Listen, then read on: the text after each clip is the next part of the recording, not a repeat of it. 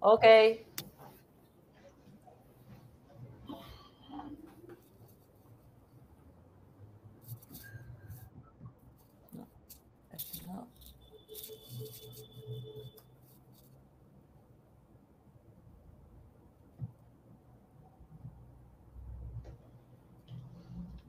¿En Arteaga hay muchas PH también o no? ¿Cómo? ¿En Arteaga hay muchas PH? No, no Digo, para hay. hacer algún tipo de... No Para hacer hay. algún... Yo que pensaba hacer algún tipo de así de gira. No hay ninguna todavía, Santiago. En un futuro, no sé.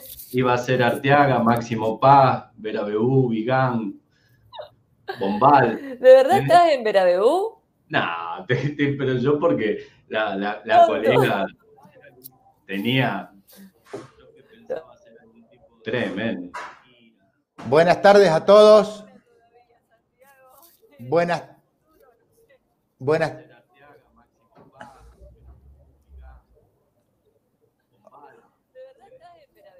Hola, hola. ¿Me escuchan? ¿Me escuchan? ¿Estamos? ¿Santiago? Yo te escucho. Bien. Pero... Bueno, estamos dando comienzo a la presentación. Los voy a presentar. Y Santiago Sensic es abogado. Va a disertar sobre vivir en propiedad horizontal, reglamento interno, normas de convivencia, las prohibiciones en el reglamento interno y el régimen disciplinario. Les cuento un poquito. Es especialista en derechos reales y propiedad horizontal de la Universidad Abierta Interamericana y dirige el curso en Rosario de propiedad horizontal, ¿verdad, Santiago? Sí, tal cual. Un programa de formación. Y la Maela Massicioni, la doctora Massicioni, también es escribana o abogada, o ambas cosas. Ambas cosas. Escribana, ejerzo ambas cosas, pero ejerzo como escribana. Escribana a cargo de registro. También de Santa Fe, de Rosario, de Arteaga. ¿Estás en Arteaga o en Rosario? En Arteaga. No. Nacida en Arteaga, pero radicada en Rosario hace unos años. Ah, bien. Bueno, ya estamos en horario. Por favor, Santiago, acá ya están poniendo, aquí seguimos acompañando, dice Victoria Vicentín, Andrea Granero, sí, que ya entraron, Bernardo La Montagna, Judith del Castillo, Mónica Barrios. Vos, Mae, ves las consultas y los temas, ¿no? Que van posteando. Sí. Ahí Mónica dice, ¿qué tema? Bueno, cuando quieras, yo me desconecto y vas a estar vos, Mae, ahí en el escenario junto con Santiago y viendo las preguntas y después vamos a ver qué cosas podemos controlar de lo que diga Santiago que no sea cierto o que genere conflicto. Excelente, por favor, Sergio. Santiago, Bueno, vamos. muchísimas gracias, Sergio. Antes que nada, muchísimas gracias por la invitación. Gracias también a Santiago. Un placer y además el tema es sumamente interesante, con lo cual, Santiago, todos estamos atentos para escuchar esta disertación. Santiago, perdón, una interrupción. Donde está el botón debajo tuyo, compartir. Quédate tranquilo que ya lo tengo. Lo viste, ya te expliqué. Perfecto, listo. Ya lo tengo. Vamos. Buenas tardes. Como bien dijo nuestro querido amigo Sergio Sosa, mi nombre es Santiago Sensic. Le agradezco en primer lugar a Sergio la invitación. Ya he estado en otras oportunidades en los congresos, con la particularidad de haber podido viajar a Córdoba y no estar sentado ahora en mi estudio. Bastante triste eso, pero para la próxima ojalá podamos estar en vivo y en directo.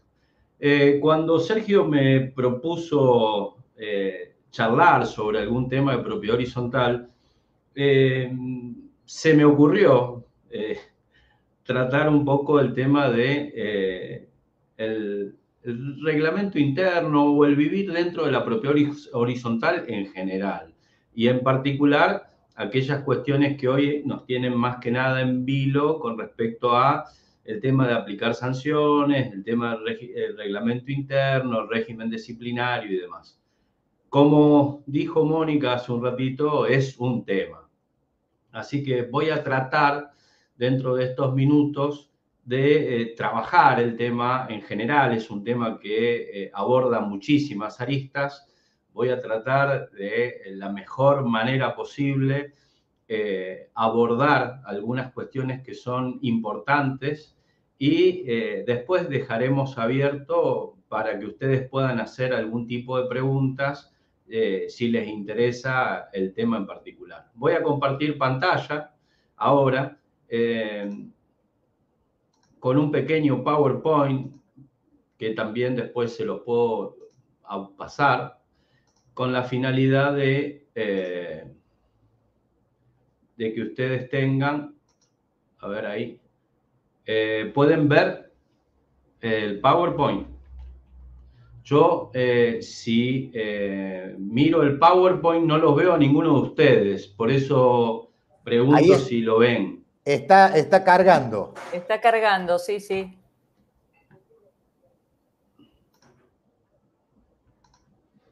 ¿Podrán alguien decirme algo? Está cargando, todavía no abrió. Está la pantalla. ¿Me podés escribir por privado si ven el PowerPoint? Así puedo comenzar. Te aviso, ¿me escuchás, Santiago? Te aviso inmediatamente, todavía está cargando.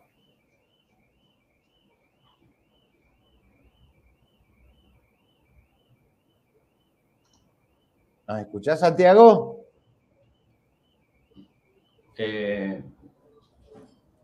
Ha quedado congelado. ¿Ahí nos escuchás, Santiago? Santiago. Se le debe tener mala conectividad cuando quiso subir el PowerPoint. Hola, estoy congelado. Nosotros te escuchamos, ¿nos escuchás? A ver. Hola.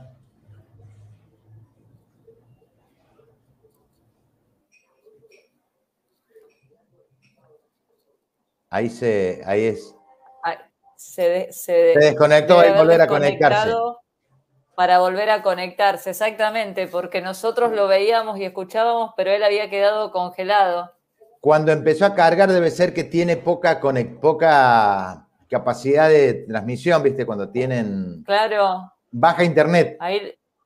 Entonces le bloqueó, le congeló la pantalla de él. Exacto, ahí le estoy escribiendo justamente por privado. Dale. Venimos,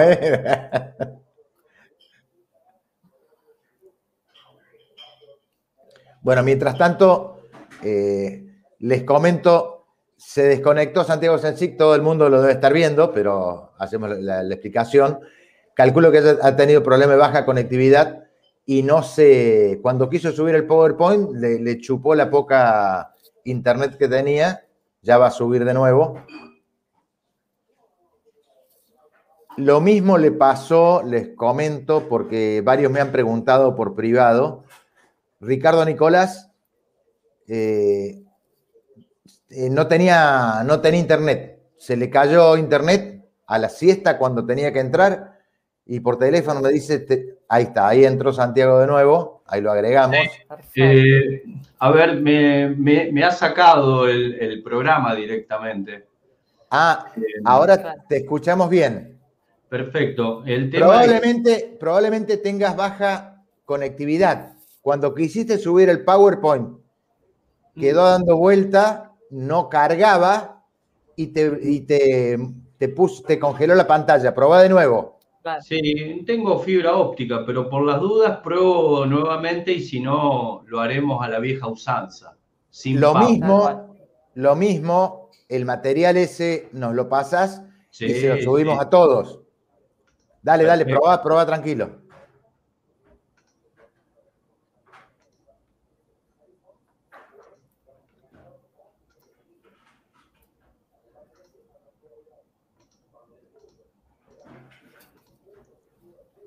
Ahí aparece el archivo.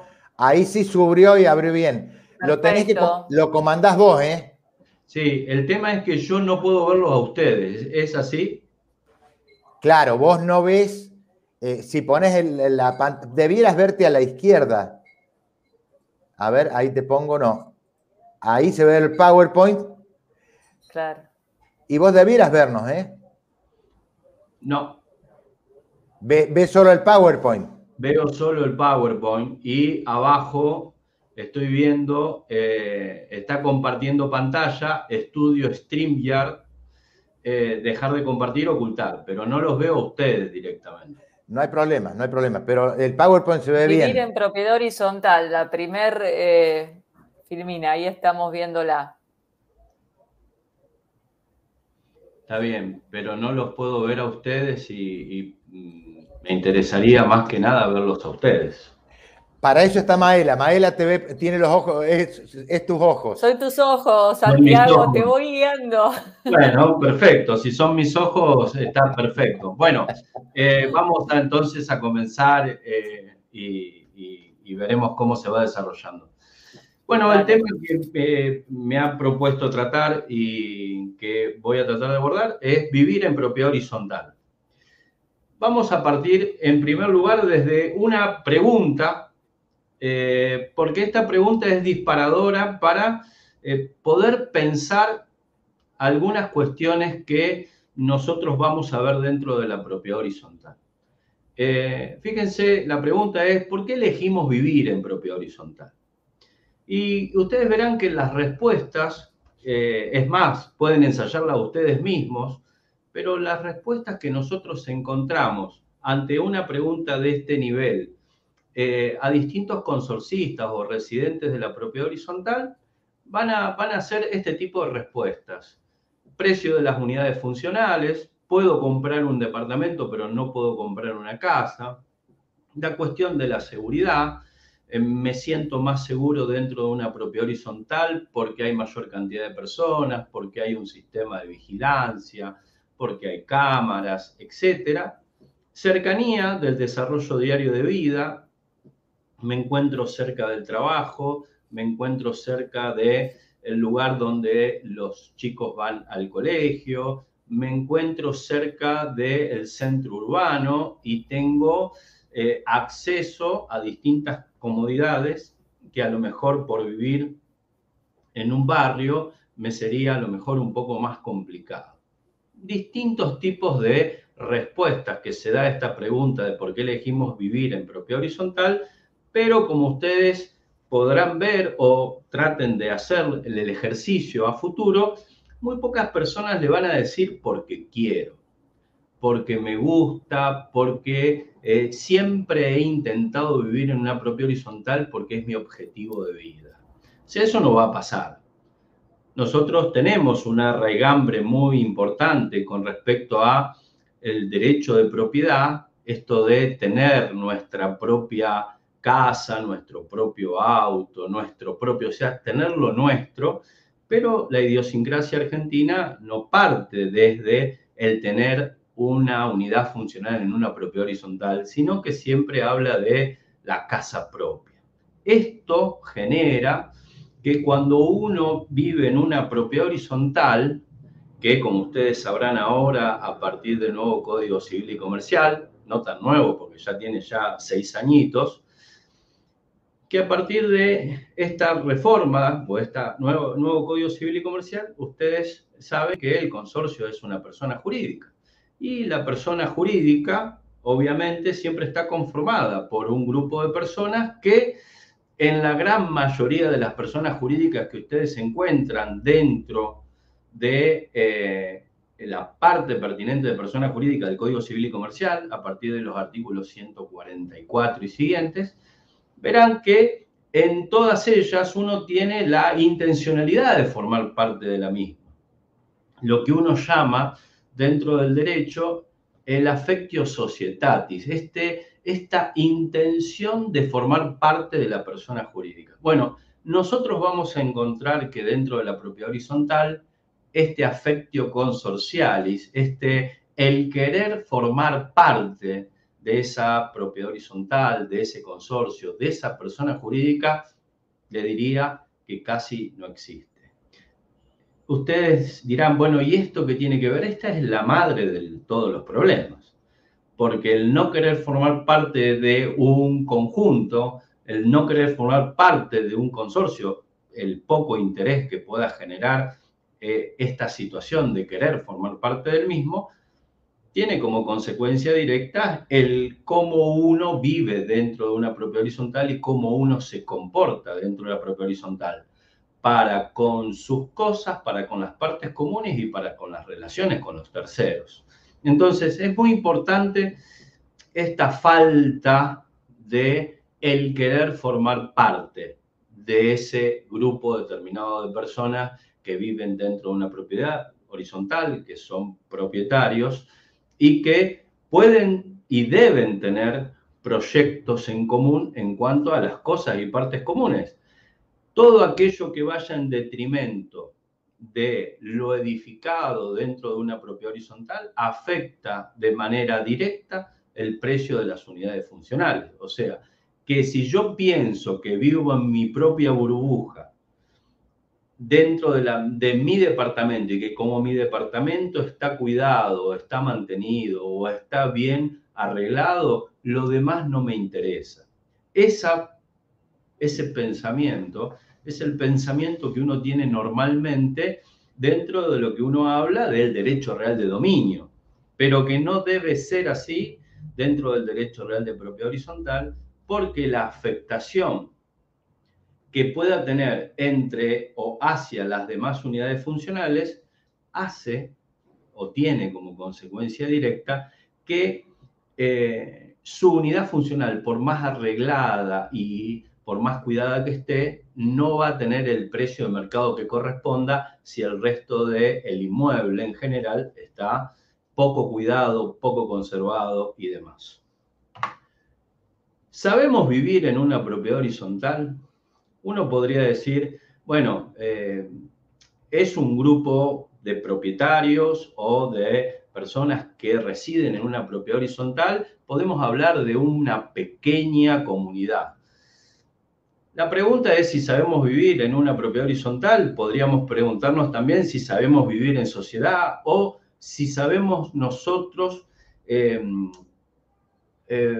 llevarnos o comportarnos de una manera determinada dentro de las organizaciones a las cuales integramos, las universidades, los clubes, los colegios y demás. Entonces, ¿sabemos vivir en una propiedad horizontal? La pregunta tiene que ver con que la mayoría de los propietarios que viven en una propiedad horizontal desconocen las reglas relativas a la propiedad horizontal. La desconocen de manera total. Es más, le diría que desconocen la existencia o los alcances del reglamento de propiedad horizontal y ni hablar de cuestiones que hagan al reglamento interno o algún otro reglamento. Generalmente nosotros esta cuestión del saber vivir en una propiedad horizontal pasa por un desconocimiento de los alcances que tiene la propiedad horizontal y este desconocimiento tiene que ver con una cuestión pura y exclusivamente educativa. La gente no sabe vivir en propiedad horizontal porque la gente piensa que viviendo en una unidad funcional está viviendo en su casa como si fuera el derecho real de dominio y obviamente las reglas son totalmente distintas. ¿Por qué hoy nosotros nos encontramos con que tenemos mayor avance en relación a cuestiones que hacen de disputas entre vecinos? Miren, una de esas cuestiones, y lo hemos charlado con muchos profesores del área, tiene que ver con las cualidades constructivas. Nosotros a principios de la década del 60, del 70, del 80, las construcciones que se llevaban a cabo eran totalmente distintas a las construcciones que se llevan a cabo hoy en día. Salvo excepciones muy puntuales, nosotros nos vamos a encontrar que las construcciones de la década del 60, de la década del 70, de la década del 80, eran construcciones que separaban un vecino de otro. Santiago, Sí. el PowerPoint lo tenés que correr vos, ¿eh? Lo corrí yo. Ah, perfecto. No A se ver, ve. pasa el segundo, a ver, hacelo correr, a ver. Porque siguen vivir en propiedad horizontal. Estoy pasándolo, mirá. No corre.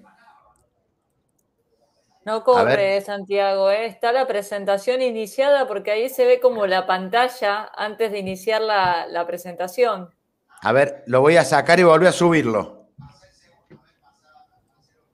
Volví a subirlo. Me acaban de mandar por privado, me dicen, no está corriendo el PowerPoint, que pasó en la primera conferencia. No, yo lo estoy pasando porque me hiciste la observación al principio, pero obviamente... ahí ponen no corre, estamos en la primera página.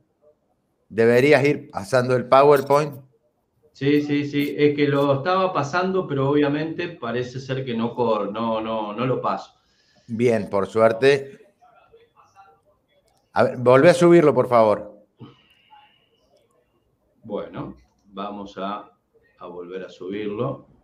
Y después, si vemos que continúa esta situación, lo que vamos a hacer es directamente hablar sin el PowerPoint y después yo se los voy a pasar.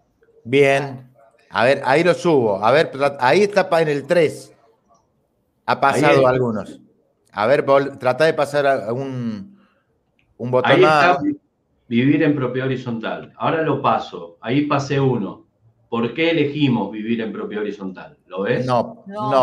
Abre en sabemos vivir en propiedad horizontal, dice. Bueno, y ahora yo estoy ahí. Sabemos vivir en propiedad horizontal. Pruebo de cambiar, a ver si pasa. Dale. Ahí. No, Santiago. ¿No? No. Perfecto, listo. Vamos a sacarlo entonces. Dale. Bien. ¿Sí? Bien. Lo sacamos y continúo charlando con ustedes. Así no lo hacemos tan tedioso al tema tecnológico porque es una picardía. Como decía, una pregunta o la segunda pregunta que uno tiene que hacerse a por qué uno elige vivir en propiedad horizontal. La segunda pregunta es si sabemos vivir en una propiedad horizontal, a lo cual la respuesta es, le diría, casi evidente, de que lamentablemente no sabemos vivir en propiedad horizontal porque tenemos un desconocimiento muy marcado de ese derecho real, de ese derecho que tenemos nosotros cuando vivimos dentro de una propiedad horizontal. ¿Por qué se ven más cuestiones complicadas hoy en día o mayor? Estaba leyendo ahí un mensaje, un chat. Lo que pasa es que no lo puedo pasar ni siquiera manualmente, Marisa. Lo he tratado de hacerlo manualmente y no lo puedo pasar. Lamentablemente no me deja. Es una picardía. De cualquier modo, discúlpame Santiago, de cualquier modo luego se comparte el PowerPoint a todos los participantes, que dice lo mismo, o sea, que refleja lo que estás diciendo, que así se puede seguir perfectamente. Exactamente. Entonces, decíamos que hay un desconocimiento muy marcado de aquello, de los derechos que están establecidos dentro de la propiedad horizontal.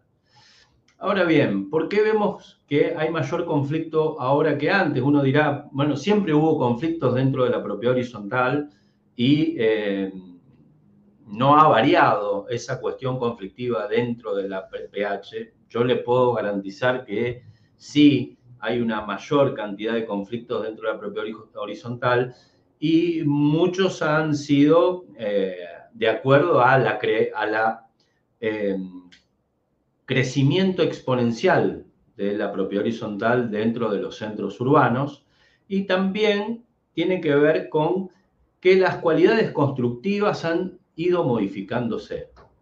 ¿Esto qué quiere decir? Que nosotros teníamos antes cualidades constructivas en materia de edificios que hacían de que todas las molestias sonoras, lumínicas, vibraciones se notaran mucho menos, porque los edificios estaban construidos de una manera que hoy ya no se construye así, salvo situaciones muy particulares, donde un vecino de otro estaba separado por paredes de muy buena calidad y que no permitía el paso del sonido, el paso de las vibraciones, y permitía a lo mejor tener un mayor control en cuanto a algunas molestias que hoy son muy usuales. Obviamente que las formas constructivas han ido modificándose y en algunos casos, le diría en la gran mayoría de los casos, nos encontramos hoy con que la forma en que se construyen los edificios hacen de que los propietarios tengan, o aquellos que residen dentro de la propiedad horizontal, tengan esta situación de saber casi lo que hace el otro de manera total y permanente. Esto nos lleva, como a todo, en esto de saber vivir en una propiedad horizontal, a una cuestión educativa. Si nosotros tenemos que ver dónde está el gran problema de la propiedad horizontal y de la convivencia, los dos puntos centrales son, primero, en que la gente que vive en la propiedad horizontal casi siempre no vive porque quiere, sino porque ya, como les dije anteriormente, tienen otro tipo de variables para decidir por qué vivir en la propiedad horizontal. Y la segunda cuestión es netamente educativa. La gente no sabe qué es vivir dentro de una propiedad horizontal. Obviamente, nosotros nos vamos a encontrar con que el derecho real de propiedad horizontal y su legislación han previsto esta cuestión. Ya desde la ley 13.512, derogada ya por el Código Civil y Comercial, y todos los proyectos de reforma que hubo en materia de propiedad horizontal, como el legislador intuía problemas entre los copropietarios, estableció un sistema de prohibiciones. Para aquellos que hayan tenido en algún momento algún contacto con los derechos reales, en las carreras que hayan cursado, en los países en los cuales cada uno es residente o en las provincias, van a ver que los derechos reales, ¿sí?, tanto en el Código de Vélez como en el Código hoy actual, van a ver que los derechos reales siempre le otorgan a los titulares derechos y obligaciones, pero en ningún derecho real van a encontrar prohibiciones, salvo ¿dónde? En la propiedad horizontal. Nosotros tenemos como origen de la propiedad horizontal una ley del año 1948. En ese momento estaba en vigencia el Código Civil de Vélez, que fue sancionado en 1868 y puesto en vigencia en 1871, donde nuestro codificador, ya en las notas del código en materia de condominio, decía que el condominio era una fuente inagotable de conflictos y que, salvo situaciones muy particulares, el conflicto debía extinguirse lo más rápido posible, porque al ser una fuente inagotable de conflictos, el legislador lo que buscaba era siempre tender al dominio. Tanto es así que en un artículo del Código Civil de Vélez, ya derogado, aclaro, por las dudas, el 2617 prohibía de manera expresa la propiedad horizontal. ¿Sí? Bueno, en 1948, por todo lo que nosotros conocemos con la inmigración y la migración interna, la superpoblación de los centros urbanos y demás, nos encontramos con que hubo una necesidad imperiosa de legislar este nuevo derecho real de propiedad horizontal para poder tener dentro de un lote de terreno distintos propietarios de pisos y departamentos, porque lo que había era, o empezó a haber en esa época, escasez de espacio. O sea, la tierra era un recurso escaso y por eso nosotros tenemos la propiedad horizontal. Pero el legislador, ni lento ni perezoso, sabiendo que esta comunidad que íbamos a encontrar sobre las cosas comunes, lo que hizo fue establecer prohibiciones. ¿Para qué? Para generar dentro de los distintos propietarios comportamientos determinados de acuerdo a este nuevo derecho real de propiedad horizontal. Las prohibiciones son propias del derecho real. Estructuralmente la prohibición dentro de los derechos reales es totalmente impropia. Es más, si ustedes buscan dentro de la doctrina argentina, van a ver muy poco desarrollo sobre las prohibiciones dentro de la propiedad horizontal. O sea, lo único que van a hacer los autores es hablar de que las prohibiciones son tal cual y cual otra, y punto. Las prohibiciones que traía el artículo 6 de la ley 13.512 son muy similares a las prohibiciones que trae hoy el artículo 2047 del Código Civil y Comercial: no modificar el destino, no alterar la comodidad de los vecinos que exceda el límite de la normal tolerancia, no afectar la seguridad del inmueble, no almacenar material peligroso o riesgoso. O sea que vamos a ver una redacción muy similar del artículo 6 como a todos los proyectos de reforma. ¿Por qué se mantuvo esta cuestión? Básicamente por esta comunidad que generaba alguna rispidez dentro de la propiedad horizontal. Entonces la doctrina poco trató a las prohibiciones, poco trató al régimen sancionatorio, salvo en algún punto en particular cuando se habló de la ley 13.512 y del artículo 15, que tenía un neto corte penalista, pero después muy poco se habló. Es más, el artículo 15 de la ley 13.512 fue un artículo que casi pasó al olvido. Pensar en prisión, pensar en multa, pensar en reincidencia, o sea, los términos eran de neto corte penal. Casi no tuvo aplicabilidad. Pero en el medio de esta puesta en vigencia de la ley 13.512 y lo raquítico de su articulado, empezó a haber un desarrollo causal dentro de la propiedad horizontal para ver cómo los propietarios empezaban a tener algún tipo de regla de convivencia. De ahí es que nosotros tenemos la irrupción del reglamento interno, porque dentro del reglamento de propiedad horizontal uno tenía algunas cláusulas obligatorias establecidas por la ley 13.512, de la misma manera que tenemos hoy cláusulas obligatorias del 2056, pero en ninguna de estas cláusulas obligatorias nos habla del establecimiento de normas de convivencia o algún régimen sancionatorio si llegara a haber algún tipo de violación de las mismas. O sea, eso quedó directamente en el olvido, tanto en la ley 13.512 como en el nuevo Código Civil y Comercial. La creación del reglamento interno fue una creación causal, o sea, se fueron sucediendo distintas situaciones dentro de la propiedad horizontal que han llevado ¿a qué? A plantearse la necesidad de establecer reglas. ¿Es necesario establecer reglas dentro de una propiedad horizontal?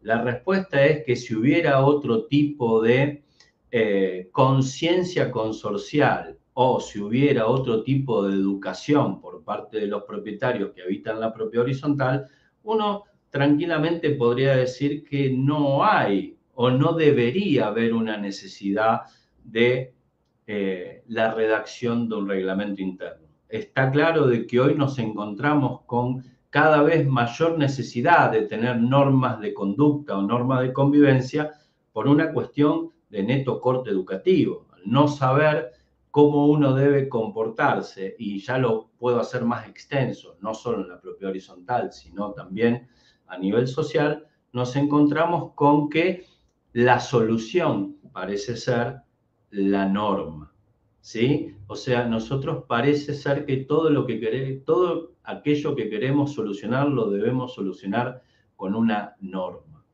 No siempre es así, y como verán, por más normas que existan dentro del mercado, vamos a encontrarnos que muchas veces las personas no la cumplen. O sea, no tiene que ver con una cuestión de normativizar, tiene más que ver con una cuestión de educar. El reglamento interno antes de la reforma directamente no existía dentro de la ley 13.512, ningún tipo de nombramiento, o sea, no se hacía ningún tipo de referencia al reglamento interno dentro de la ley 13.512. Como lo dije en su momento, sí hubo una construcción doctrinaria a través de distintos casos que se fueron dando y después la aplicación jurisprudencial a distintas situaciones que llevaron a que el reglamento interno pueda tener o tenga una entidad propia, y así tanto la reforma de 1998 como el Código Civil y Comercial van a citarlo por primera vez y haciendo una única referencia en el artículo 2046, inciso A. El artículo 2046, inciso A, es un artículo que habla de las obligaciones de los propietarios, y la primera obligación que está dentro de este artículo dice respetar el reglamento de propiedad horizontal y el reglamento interno si lo hubiere. Aquí, ¿qué nos está dando? Nos está dando la partida de nacimiento del reglamento interno, pero después el codificador no lo nombra más, ni siquiera nos dice en ninguna parte del articulado qué es el reglamento interno, qué debe contener el reglamento interno y demás. O sea, hace un silencio de radio total. De más está decir que a partir de que este inciso A del 2046 trata el reglamento interno, es que la doctrina empieza a tratarlo un poco más, pero no mucho más. Si ustedes ven los distintos libros de propiedad horizontal que hoy van a encontrar en el mercado, van a ver que al reglamento interno le da muy poca labor jurídica. No se trabaja, no se indaga. Se hace a través de algún tipo de trabajo, de algún tipo de ponencia, de algún tipo de nota, pero no va más allá. No se aboca a el tratamiento de este nuevo reglamento, que es hoy por hoy, atento a las dos primeras preguntas que hicimos, le diría casi fundamental, porque las reglas de convivencia hoy por hoy se imponen. Ahora bien, como dije antes, ¿es necesario que exista un reglamento interno? En las condiciones que estamos viviendo hoy en día, la respuesta que se impone es sí. Lamentablemente sí, porque uno tendría que tener dentro de la cuestión educativa el saber qué es vivir en propiedad horizontal, y entonces haría totalmente innecesario que exista un reglamento interno.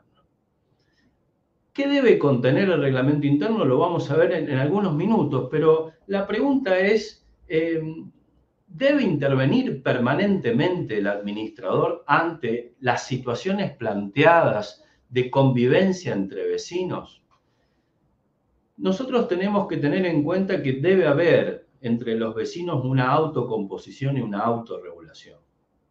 No podemos nosotros permanentemente como administradores estar siempre intercediendo ante distintas situaciones que se presenten entre los vecinos, porque hay situaciones que pueden llegar a ser meras quejas y hay situaciones en las cuales deben o deberían ser para la intervención del administrador reclamos formales. no quiere decir que la formalidad del reclamo tenga que ver con una carta de documento y demás, sino cómo distinguir la queja, la molestia del reclamo. Porque si no, nosotros permanentemente tendríamos que estar a la palestra de regular las cuestiones de convivencia entre vecinos, y esto es muy importante, que tenga que ver con una cuestión que haga a la forma en que los distintos residentes de la propiedad horizontal se autorregulan en cuanto a su convivencia. Uno no puede estar permanentemente, ¿sí? No puede estar permanentemente metiéndonos, ¿sí? Metiéndonos en la vida de los demás propietarios, ¿sí? Con respecto a este tipo de cuestiones. ¿Es obligatoria su redacción? La respuesta es no. No es obligatoria su redacción, salvo que el reglamento de propiedad horizontal así lo establezca o que por acta de asamblea se establezca su redacción. Para que se establezca su redacción por acta de asamblea, tendremos que contar con las mayorías exigidas por la ley o por el reglamento de propiedad horizontal. La ley para la redacción del reglamento interno no exige mayoría, se aplicará la mayoría del artículo 2060, ¿sí? Con el doble requisito, mayoría absoluta de partes proindivisa y de unidades funcionales, y deberemos ver si el reglamento de propiedad horizontal posterior a la reforma establece una mayoría distinta para el caso de que uno pretenda la redacción de un reglamento. Les recuerdo que una cosa es redactar un reglamento, o sea que establezcamos la necesidad de redactar un reglamento, y otra cosa es el contenido del reglamento, ¿sí? Entonces tenemos que ver, ¿es obligatoria su redacción? La respuesta es no, salvo que el reglamento de propiedad horizontal así lo establezca, entonces tendremos que hacer su redacción, o que el acta de asamblea, a través de un orden del día, se fije o se decida la redacción del reglamento interno. Santiago, Sí. discúlpame la interrupción un segundito. Te digo, con respecto al tiempo, tenemos hasta las 19:50 aproximadamente en cuanto a disertación. Te aviso para que lo organices. Sí. Discúlpame la interrupción. No, estoy en eso. Perdón. Les diría que es casi imposible en 4 minutos terminar con esto. Si me permiten 10, a lo mejor me acerco a algo un poco más decente. Dale. Pero en Ok. 4 se me complica. Está bien. Te hago una pequeña... Lo que tuvimos varios inconvenientes en las otras. Gustavo Ortola, que está por entrar a su vez, 8:30, tiene otra conferencia y teóricamente pensaba 7:30 en la nuestra. Está todo bien, digamos, porque no es culpa tuya, Santiago. No. A ver, está perfecto. Cualquier cosa, nos encontramos después de las 20:30 y sigo. Yo no tengo ningún tipo de inconveniente. Sé que el tema, yo creo que están esperando que diga lo que supuestamente tendría que haber dicho al principio, que era si se puede aplicar un régimen sancionatorio o no. Mira, ahí están poniendo comentarios. Uy, no, que siga. Es muy importante esa disertación. Claro, y no es el único, ya hay otro comentario que dice que es fundamental este tema. Por eso. Para mí es la principal conferencia. Claro. Bueno, dale. No hay nos vemos 8:30, cualquier cosa, no tengo problema. Bueno, a ver, no tendría problema. Ya lo llamo a Gustavo y le consulto por ahí. No sé si el público... no, que siga. Seguí, Santiago, seguí. Ya coordino. Con respecto al reglamento interno, uno tiene que pensar, en primer lugar, un concepto de reglamento interno. A ver, no voy a decir nada que no hayamos visto en algún otro lugar. Es un conjunto ordenado de normas que tiene validez en un cierto contexto, ¿sí? El reglamento es un conjunto ordenado de normas que tiene validez en un cierto contexto. ¿Cuál es el contexto? Esta propiedad horizontal determinada. Eso no quiere decir que tenga validez en otro tipo de propiedad horizontal. Ahora, para que podamos hablar del reglamento debe haber una escala jerárquica y una autoridad con la potestad de hacer cumplir con las normas que están establecidas en el reglamento. Porque no podemos hablar de reglamento o reglamento interno sin hablar de autoridad que tenga la potestad de hacer cumplir las normas. O sea, las normas que están contenidas en el reglamento. ¿Cuál es la naturaleza jurídica del reglamento? El reglamento es un contrato.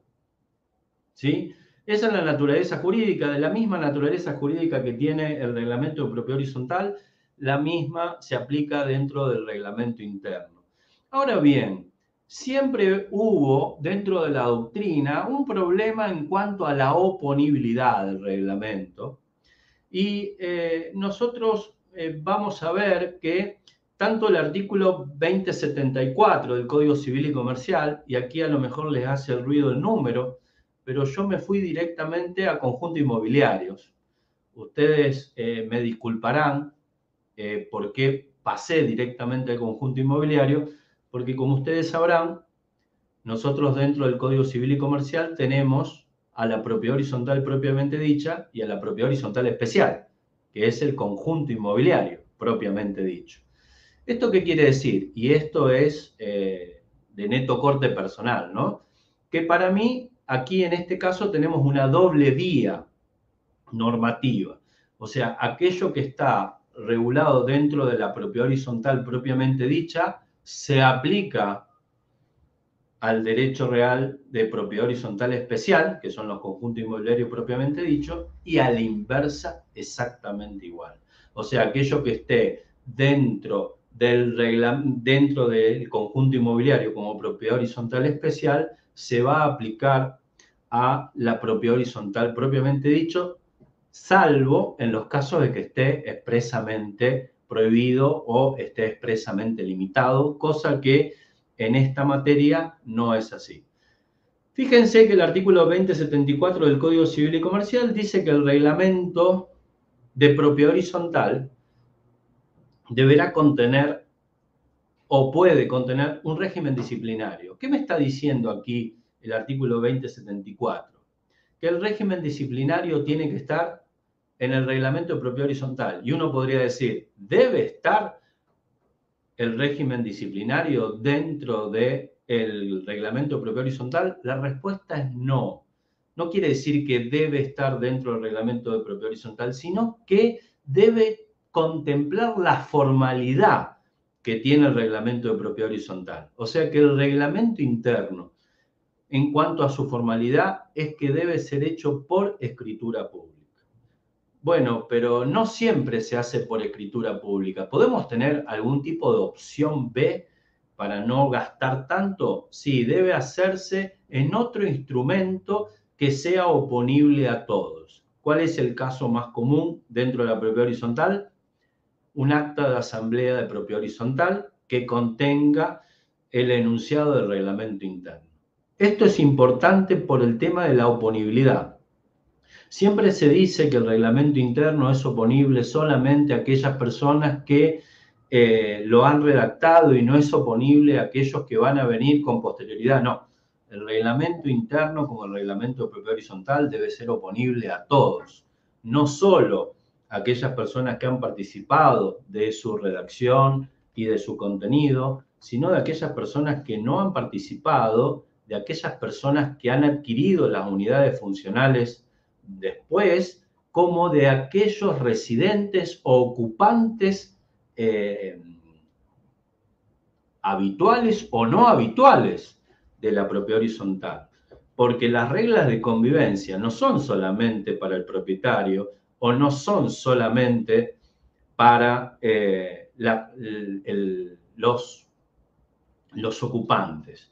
También será para aquellas personas que por una eventualidad estén dentro de la propiedad horizontal. Ejemplo, una persona que viene a cenar a casa.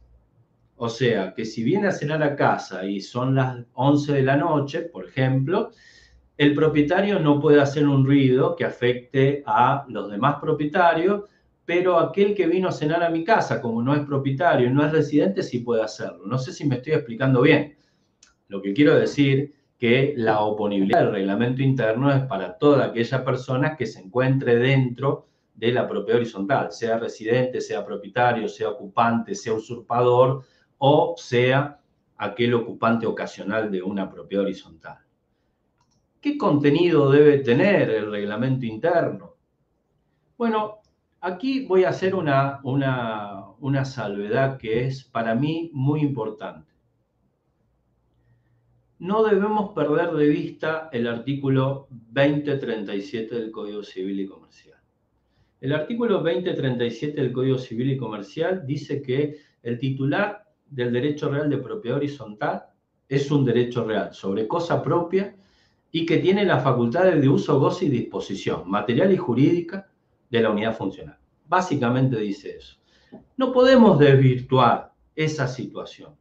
O sea, la persona que adquiere un derecho real de propiedad horizontal sobre una unidad funcional tiene el uso, goce y disposición. Es un titular de un derecho real sobre cosa propia. Y uno no puede limitarlo al extremo de que la persona que vive adentro de una propiedad horizontal parece ser que no puede hacer casi nada. O sea, no puedo hacer ruido, no me puedo levantar y calzarme, no puedo tener chicos chiquitos que muevan muebles, o no puedo mover muebles a cierto horario, o no puedo cocinar y que haga olor porque me gusta cocinar frituras. Parece ser que en la propiedad horizontal no se puede hacer nada.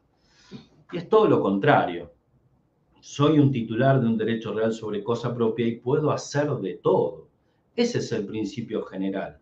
Ahora bien, como en cualquier situación jurídica, que yo pueda ejercer mi derecho tiene un límite que es la afectación de derechos de terceros. Uno me dirá, bueno, en la propiedad horizontal el tercero está muy cerca, entonces por eso se requieren limitaciones mayores. En realidad, no es que se requieran limitaciones mayores, lo que se requiere es un mayor sentido de pertenencia para que uno no esté tan limitado. Entonces, uno dentro del reglamento interno, ¿puede desvirtuar el derecho real? No.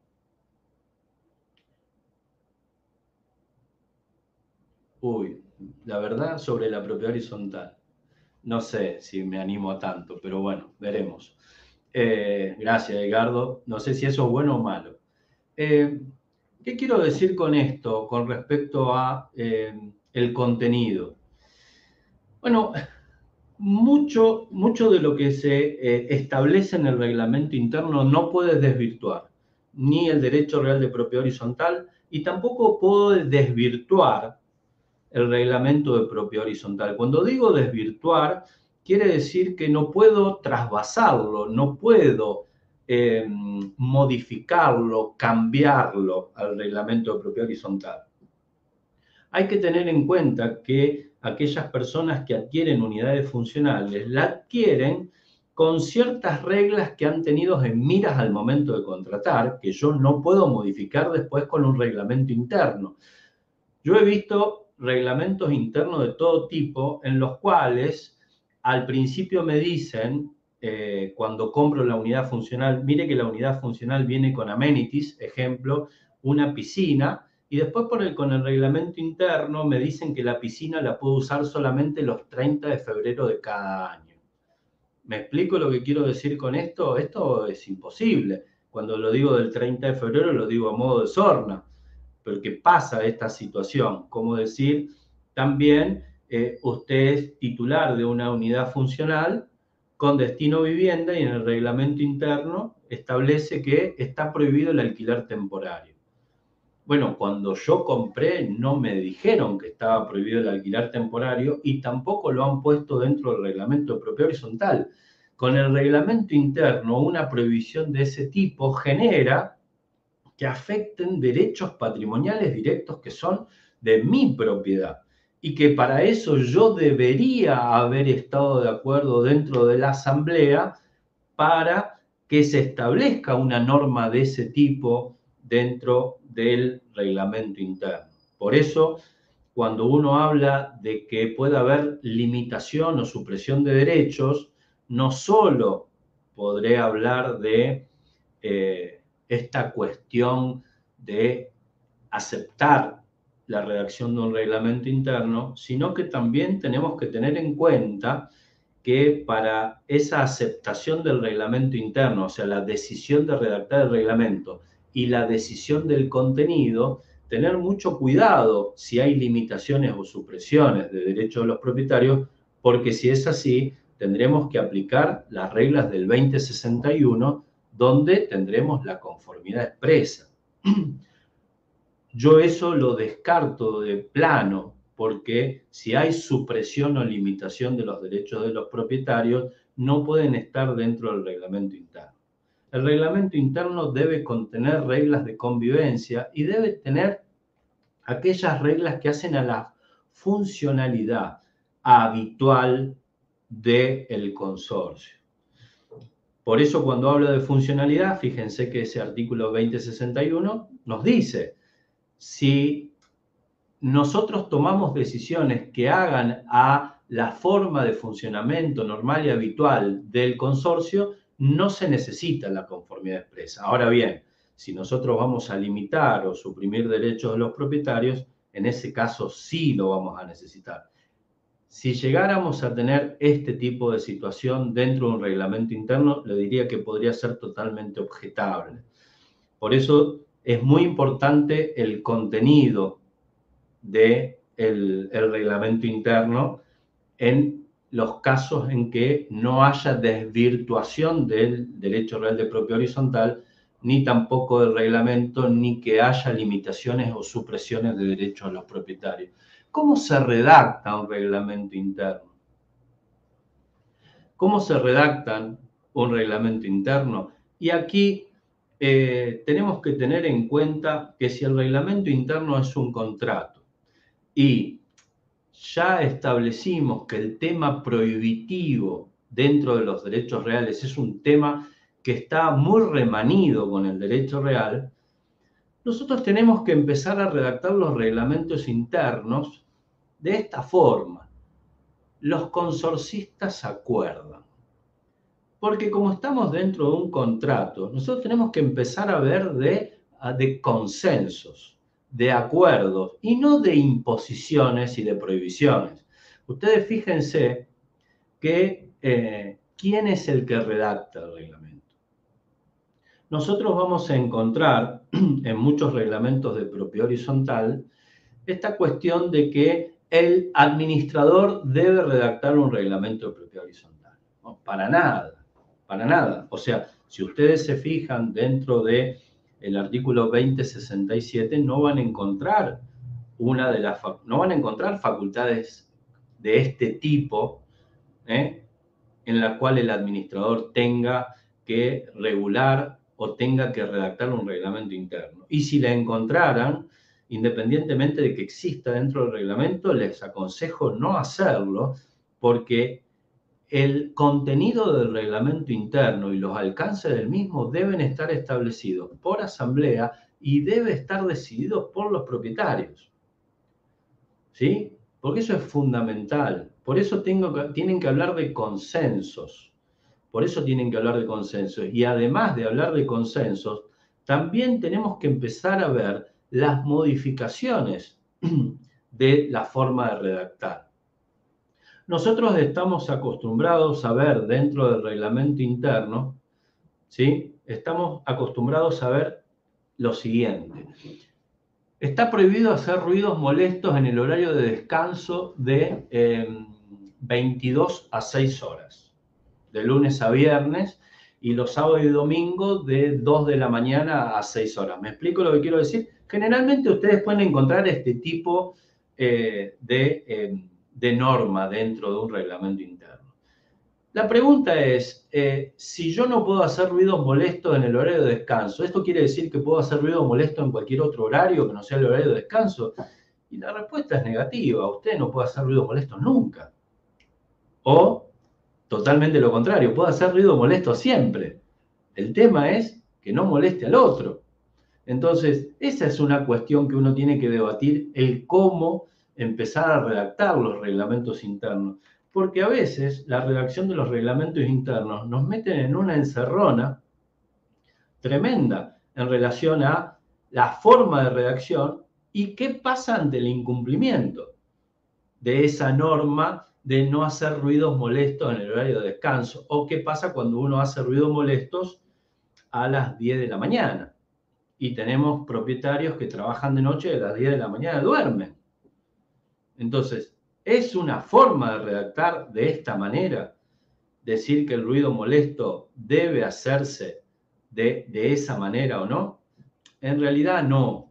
Uno tiene que empezar a redactar de otra manera y tiene que empezar a ver de qué manera empezamos a convivir, porque yo no es que no pueda hacer ruido nunca, no es que no pueda mover muebles nunca, o si yo muevo los muebles a las 10 de la mañana es distinto de las 3 de la mañana, porque obviamente a las 3 de la mañana la generalidad descansa y a las 10 no, entonces a las 10 de la mañana puedo mover todos los muebles que quiera.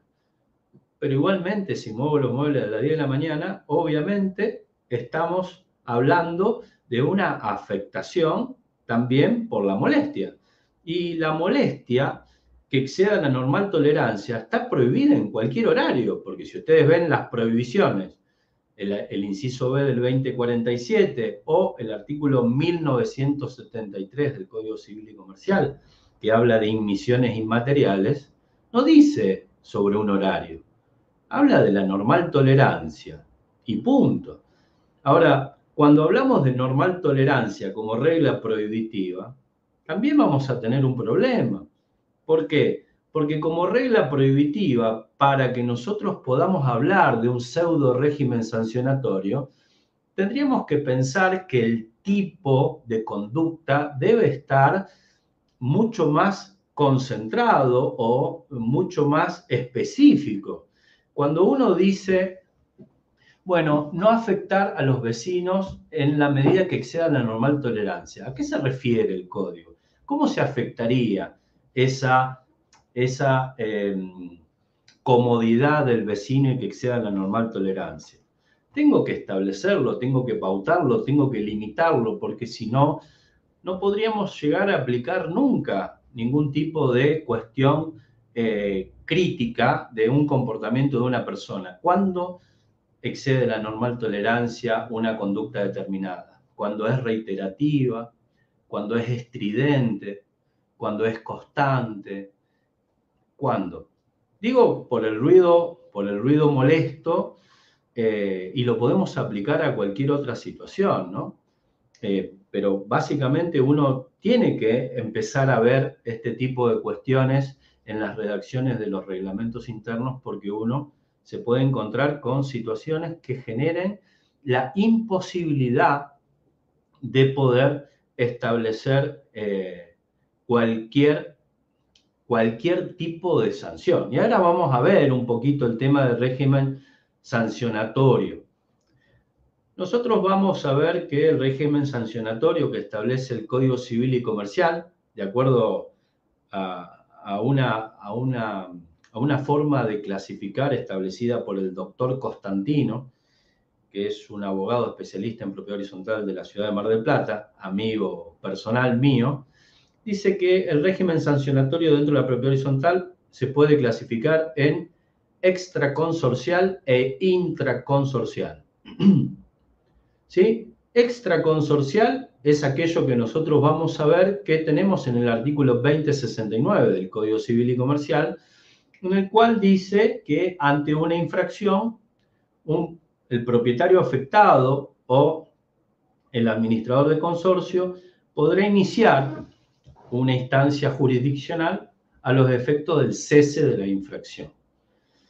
¿Sí? Esto claramente, al hablar de el instar una instancia jurisdiccional, me habla de un régimen sancionatorio extraconsorcial, ¿sí? Que está fuera del consorcio.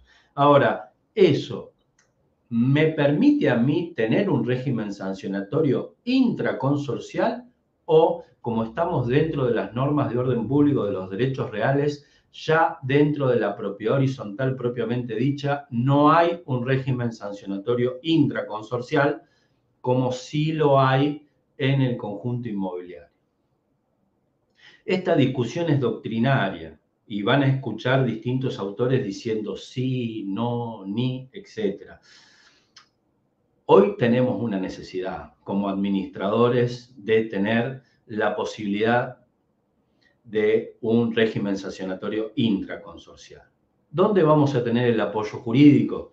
Los artículos 2074 y 2086 del Código Civil y Comercial, que están dentro de la propiedad horizontal especial. En ambos casos, el 2074 habla de que el reglamento puede tener un régimen disciplinario y el artículo 2086 nos va a dar la posibilidad de aplicar sanciones que se encuentren dentro del reglamento. Esto a nosotros nos habilita a tener un régimen disciplinario o un régimen sancionatorio intraconsorcial. Ahora bien, este régimen disciplinario que nosotros podemos tener dentro del reglamento interno, tienen que tener en cuenta que, de acuerdo a lo que establece el Código Civil y Comercial, nos habla de gravedad y de reiteración. Dentro del artículo 2086, ¿qué nos quiere decir el legislador con estos términos gravedad, reiteración? Nos quiere decir que debe ser excepcional. O sea, que no debe ser ante cualquier situación aplicar una sanción. Porque no es la forma adecuada y aparte nosotros tenemos que tener en cuenta que vivimos dentro de una propiedad horizontal donde somos titulares de un derecho real, donde tenemos la facultad de usar, gozar y disponer. O sea que imagínense que ante cualquier situación que yo provoque algún tipo de molestia porque el vecino piensa que superó la normal tolerancia, o imagínense el caso de que vendo viandas naturistas que llevo a cabo en casa, hago ensaladas y las vendo por internet y entonces la gente viene a buscarlas, pero yo bajo hasta el hall de entrada y le entrego la vianda. Tranquilamente podrían decir que hay un cambio de destino de la unidad funcional porque estoy usando la unidad funcional con destino comercial. Es más, yo ahora estoy en mi estudio jurídico donde estoy en una propiedad horizontal y la propiedad horizontal en este edificio tiene destino vivienda, pero yo trabajo como abogado acá. Entonces, ¿qué tendríamos que decir? ¿Es aplicación permanente de un régimen disciplinario ante esas situaciones? Entonces, el código no está buscando eso. El código busca gravedad o busca reiteración. Esto es una forma de interpretar a que no siempre uno debe sancionar y no siempre debe interactuar en el caso de las imposiciones de las sanciones. ¿Qué tipo de sanciones puede haber dentro de un régimen disciplinario? Las más visibles, pero aquello que más ruido hace tienen que ver con las multas. Y las multas de contenido económico están en el caso de dónde deben estar liquidadas esas multas y cómo deben ser cobradas, o si yo puedo aplicar una sanción sin que el hipotético infractor pueda defenderse. Las respuestas son bastante claras. La doctrina en esto le diría que es conteste, o sea, no tiene diferencias. Es que debe existir un derecho de defensa por parte del posible infractor, debe poder hacer un descargo y el administrador debe recibir ese descargo, ese derecho de defensa que pueda hacer el posible infractor y evaluar en el caso de que corresponda si amerita o no una sanción. Ahora bien, el administrador impone una sanción y el administrador es aquel que coteja la defensa hecha por el mismo infractor. ¿Debería haber un órgano revisor O sea, ante una situación planteada de esta, ¿quién podría ser un órgano externo al administrador y al infractor que resuelva esta situación del derecho de defensa? El órgano natural es la asamblea.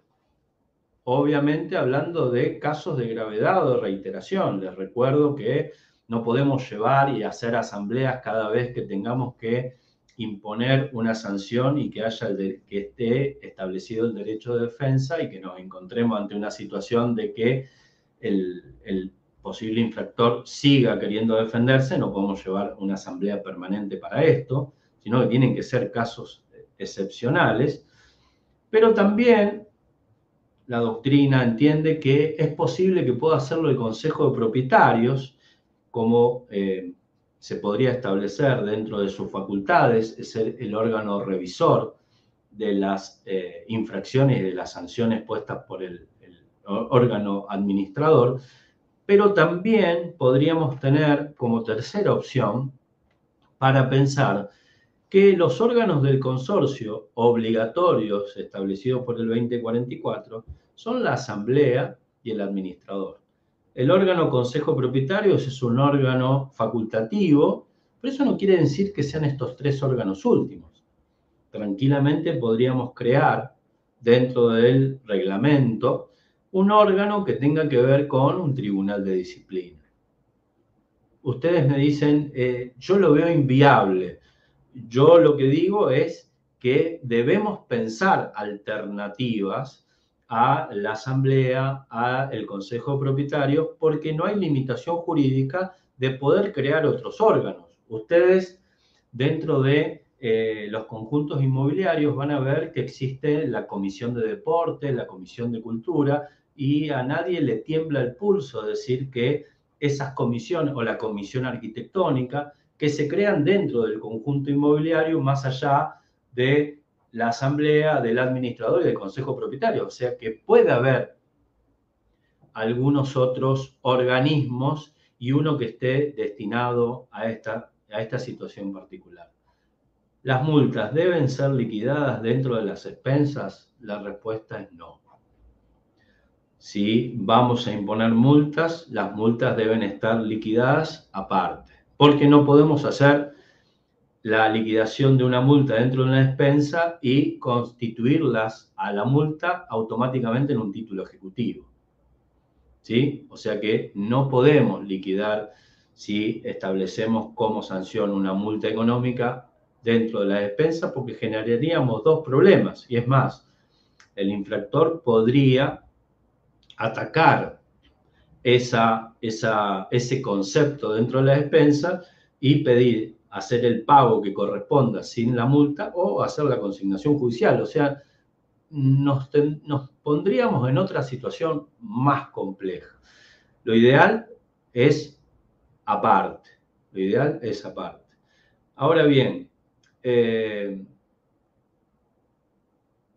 esto, vuelvo a repetir, como por ahí estuve leyendo recién, es nuevo. Es nuevo en cuanto a que tenemos dentro de la propiedad horizontal la irrupción del reglamento interno. Poco dice la ley sobre el reglamento interno, no dice nada, pero también no dice mucho en relación a el contenido o las formas. Y entonces estamos viendo que hay una incipiente formación del contenido del reglamento interno, del régimen disciplinario, del régimen sancionatorio, de la forma de redacción. Y eso es muy importante que sigamos trabajando con ese tipo de situaciones. ¿Por qué? Porque hoy por hoy los administradores necesitan herramientas. Y yo les diría que es fundamental que el administrador tenga herramientas porque tenemos situaciones muy comprometidas en materia de convivencia. Lamentablemente, las cuestiones en cuanto a la convivencia son reflejadas independientemente de la vida consorcial de aquello que nosotros estamos viviendo en la sociedad. O sea, no podemos tener dentro de un consorcio una interrelación, les diría, sana, alegre, amena, cuando dentro de la sociedad nosotros estamos viendo que la forma de convivir y de interrelacionarnos es una forma muy compleja. O sea, aquello que está en la sociedad se traslada a la cuestión consorcial y eso afecta de manera directa las relaciones entre vecinos. O sea, el administrador necesita de herramientas. El administrador tendría que educar, los propietarios deberían educarse, o sea que podríamos hablar mucho tiempo de esto, el administrador tiene ya mucha carga como para estar educando a los vecinos, pero no estaría nada mal generar algún tipo de sentido de pertenencia. Hoy es muy difícil, porque vuelvo a repetir, estamos en un cambio de paradigma muy grande dentro de la propiedad horizontal que va a llevar un tiempo bastante importante de que aquellos que viven en la propiedad horizontal aprendan a vivir dentro de la propiedad horizontal. Entonces, creo que la herramienta reglamento interno es importante, que el reglamento interno pueda estar dentro del reglamento de propiedad horizontal, porque a veces pasa que lo van a encontrar así. Yo no lo veo de la mejor manera porque cristaliza mucho. Después hacer un cambio del reglamento interno que está dentro del reglamento de propiedad horizontal generaría cambiar el reglamento de propiedad horizontal con lo que conlleva la gravedad de ese cambio, porque el artículo 2057 nos establece una mayoría de 2/3 para hacer modificaciones de cláusulas reglamentarias. Si fueran estatutarias estaríamos en una unanimidad, sería casi imposible cambiar algunas cuestiones en materia de reglamento de propiedad horizontal. Entonces, sí necesitamos herramientas y sí, hoy por hoy, necesitamos tener alguna forma de que esas herramientas, llamadas reglamento interno, puedan ser operativas y que puedan ser cumplidas. Y de la única manera que nosotros tenemos para que el reglamento o esas normas de convivencia sean cumplidas es que ante el incumplimiento tenga algún tipo de sanción. Ya tenemos en el código las extraconsorciales, ahora y por aplicación de las reglas de la propiedad horizontal especial, el poder llevar adelante la aplicación de un régimen disciplinario intraconsorcial. Bueno, hasta aquí 2020 fue más o menos lo que quise tratar. Yo sé que me excedí un poquitito, no mucho porque me corté varias veces. En realidad estuve ahí, creo que empecé a las 19:20 al final. Pero bueno, escucho las preguntas. Mira, acá leyendo en los comentarios veo, relacionado con lo que acabas de decir, una de las preguntas de Mónica Barrios, después voy a ir a otra semejante. Ella consulta si el reglamento hoy de propiedad horizontal indica que la multa forma parte de la expensa. Eso es lo que ella pregunta. ¿Podría el reglamento indicar que la multa se liquida en la expensa? El reglamento de propiedad horizontal, sí, no el reglamento interno. Sí. A ver, si el reglamento de propiedad horizontal establece dentro de los gastos comunes, como uno de los rubros de los gastos comunes, las multas como sanciones, obviamente que van a formar parte de la despensa. Para mí no es lo propio y podría ser totalmente atacado por los propietarios, atacar el reglamento de propiedad horizontal en ese sentido por la forma de la redacción, pero si dentro del reglamento, dentro de los gastos comunes, tenemos al rubro multas por sanciones disciplinarias, obviamente que sí se podrán liquidar como gastos. Sí, no hay y hay otra de las preguntas en los mensajes anterior. de Bernardo Lamontaña, que pregunta, ¿qué pasa cuando las prohibiciones o normas que hoy serían atentatorias ya figuraban en el antiguo reglamento de copropiedad y administración? Él pregunta eso. Bueno, sí, a ver, a ver. nosotros tenemos reglamentos anteriores a la reforma y reglamentos Tal cual. posteriores a la reforma que tienen muchísimas normas prohibitivas. Lo que digo es que dentro de los derechos reales, hablar de una norma prohibitiva genera cierto escozor, porque uno, siendo titular de un derecho real, no puede estar pensando en que tiene prohibiciones en cuanto a distintas cuestiones que hacen a su hacer. Entiendo que los reglamentos han avanzado mucho en cuestiones prohibitivas y han llevado adelante prohibiciones que son hasta abusivas, o sea, normas que están, o sea, cláusulas que están dentro de los reglamentos que son totalmente abusivas en la forma de su redacción, que pueden ser atacadas por los propietarios. Obviamente que ese ataque por los propietarios no tiene prescripción, o sea, pueden hacerse en cualquier momento, pero sí pueden criticarse judicialmente y criticar la posibilidad de tener una sanción por normas que prohibitivamente establecidas por reglamento desvirtúen el derecho real de propiedad horizontal, porque es como casi uno no poder vivir. Uno adquiere una unidad funcional, pero no pueden ni siquiera aprovecharlas de la forma en que algunos reglamentos o reglamentos internos establecen las normas prohibitivas. ¿Sí? Bien, de cualquier modo, en ese caso, ¿no? O esas prohibiciones establecidas en reglamentos anteriores, muy antiguos, habría que conocer en todo caso las circunstancias del momento y eventualmente, si hay alguna norma realmente que vulnere derechos, bueno, que se abre la posibilidad que acabas de indicar. Las posibilidades son siempre o modificar el reglamento o ir por otra vía, por la vía judicial, en el caso de que realmente sea abusiva. Tal cual. Coincido plenamente con lo que acabas de señalar. Hay cuestiones prohibitivas, obviamente, que son cuestiones que hacen a la esencialidad del contrato. Ejemplo, la prohibición de tener animales.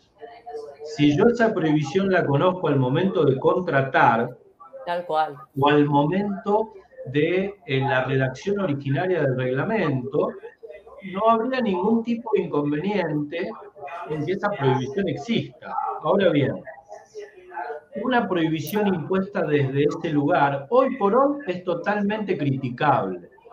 ¿Por qué? Porque las mascotas ya están vistas como parte de la familia. Entonces, una prohibición de tener mascotas hoy se está viendo como una cuestión de seguridad y de salubridad, pero no por la mascota misma. Entonces, ¿qué buscaba el redactor del reglamento interno, al momento de prohibir tener mascotas? En realidad no estaba buscando que no haya mascotas en un edificio, sino que no haya ruido provocado por las mascotas, problemas de seguridad provocados por las mascotas, por si puede morder a una persona o un niño o lo que fuere, o problemas de salubridad, el tema de que la mascota produzca olores y demás. No, nunca les diría que en la gran mayoría de los casos la prohibición de tener animales no pasa por no querer tener animales. ¿Sí? O no pasa por querer tener mascotas. Por eso digo que uno tiene que ver si es una norma o es una condición de contratación originaria. Ejemplo, edificio libre de mascotas y así lo salgo a vender al mercado, es imposible después plantear que esa prohibición me afecta, porque es una cláusula que yo tuve en miras al momento de contratar, porque era libre de mascotas, o libre de niños, qué sé yo, por decir alguna cuestión de ese tipo, como los edificios que son directamente para personas o adultos mayores y demás. Seguro. Ahí Esther Azar dice, lo que ocurre es que las multas liquidadas por separado no las pagan y continúan cometiendo infracciones. Sí, sí, sí. A ver, está claro de que no las pagan, pero si yo le doy al infractor el derecho de defensa y no lo ejerce, las multas liquidadas aparte después pueden ser objeto de un reclamo jurisdiccional, donde yo le demuestro al juez que está la multa, que tuvo el derecho de defensa, que cumplió con los requisitos del debido proceso, de que la persona, si se defendió o no se defendió, cuál fue la resolución, si no la paga, justicia. Por eso tenemos que ver también el tenor y el monto de las multas para el caso de llevarlas al ámbito jurisdiccional, porque estamos viendo que imponemos multa de el 10% de la despensa, 500 pesos, y que pretendemos poner esas multas por cada situación que se presente en una hipotética infracción. No tiene ningún tipo de sentido. No tiene ningún tipo de sentido. Y fíjense algo que es fundamental. El artículo 2069 dice que al ocupante no propietario que tenga una reiteración de infracciones se le podrá poner como sanción extraconsorcial el desalojo. El artículo 2086 nos dice que se podrá establecer una sanción cuando haya una infracción grave o reiterada. La pregunta, ¿saben cuál es? ¿Cuándo hay reiteración de infracciones? La reiteración es por semana, por quincena, por mes, en un año calendario. ¿Me siguen? ¿Cuándo entendemos que hay reiteración? Entonces, esas cuestiones son las que deben establecerse dentro del reglamento interno. ¿Qué consideramos reiteraciones? Para después saber qué tipo de sanciones establecer y que las sanciones sean ejemplificadoras para que no vuelvan a cometerse. Pero, vuelvo a repetir, no tiene que ver solamente con una cuestión económica. Podría plantearse desde otro lugar, desde la cuestión de prestar algún tipo de asistencia dentro del consorcio, la no utilización de algún tipo de amenities. O sea, van a haber muchísimas, o van a haber distintos tipos de sanciones. Bueno, ¿algo más? Clarísimo. ¿Alguna otra pregunta? Acá Edgardo dice que en España el administrador solo se dedica a las expensas y aquí se dedica a todo. Edgardo, en esa frase has resumido la gran problemática de los administradores y lo poco que cobran por el trabajo que hacen. Pero ayer también salió a la palestra en algún momento de la charla de uno de los disertantes la falta de colegiación y la falta de protección de los administradores ante este tipo de situación. Sí, está clarísimo que es así. Chat privado. Bien. Perfecto. Lograste entrar. Bárbaro. No, está todo resuelto. Bueno, les hago un último comentario porque yo subí hace un ratito. Gustavo Ortolá Martínez, que tendría que haber cerrado el día de hoy, a las 8:30 tenía otra conferencia. Entonces me dice, Sergio, está muy interesante esta, no la cortes. Me sumo mañana, así que voy a tener que reprogramar. Vamos a incluir en el medio la conferencia de Gustavo Ortolá para mañana, de marketing inmobiliario, digitalización de las inmobiliarias. Les aviso al público, porque mañana quizá empiece 10 minutos antes para poder hacer lugar y anularemos una sesión que había sobre comunidad consorcial, que es un proyecto que estamos desarrollando con un grupo de de docentes y programadores. Lamentablemente no lo vamos a poder, vamos a tratar de difundirla por privado. Es un proyecto de economía social pensando en 1/3 de la población del país que vive bajo la figura de propiedad horizontal, que tiene características particulares, aspiraciones muy marcadas y necesidades y dificultades de acceso a crédito, de acceso al sistema financiero, a manejarse desde otra manera. Pero bueno, está el video de Comunidad Consorcial en la Expo. Quien quiera verlo, porque mañana no vamos a hacer esa sesión, esa presentación, para hacer lugar para que pueda disertar Gustavo Ortolá. Mil disculpas, Santiago, por haber frenado todo esto y que se haya prolongado. La verdad que estuvo muy interesante todo. Ahí están diciendo, ojalá el doctor Sensic pueda ampliar. Excelente. Liliana Corso. Felicitaciones. Por fin, tratar de integrarla. Felicitaciones. Así es, excelente, interesante. Cantidad. Sí. Conferencia de excelencia, realmente excelente la exposición. Bueno, sí, la verdad que muy buena. Sí, sí, que los lea Santiago, que tiene Es un tema complejo, es un tema complejo. Bien. Es un tema complejo. Para hablar un rato largo, pero bueno, ya habrá Claro, ocasión, fue muy clara la exposición, muy didáctica. Realmente un placer, como dije al principio, un placer oírte, Santiago. Bueno, gracias. Mae, muchísimas gracias a vos. No, por favor, Sergio, la agradecida soy yo, como siempre. No, es una incidencia.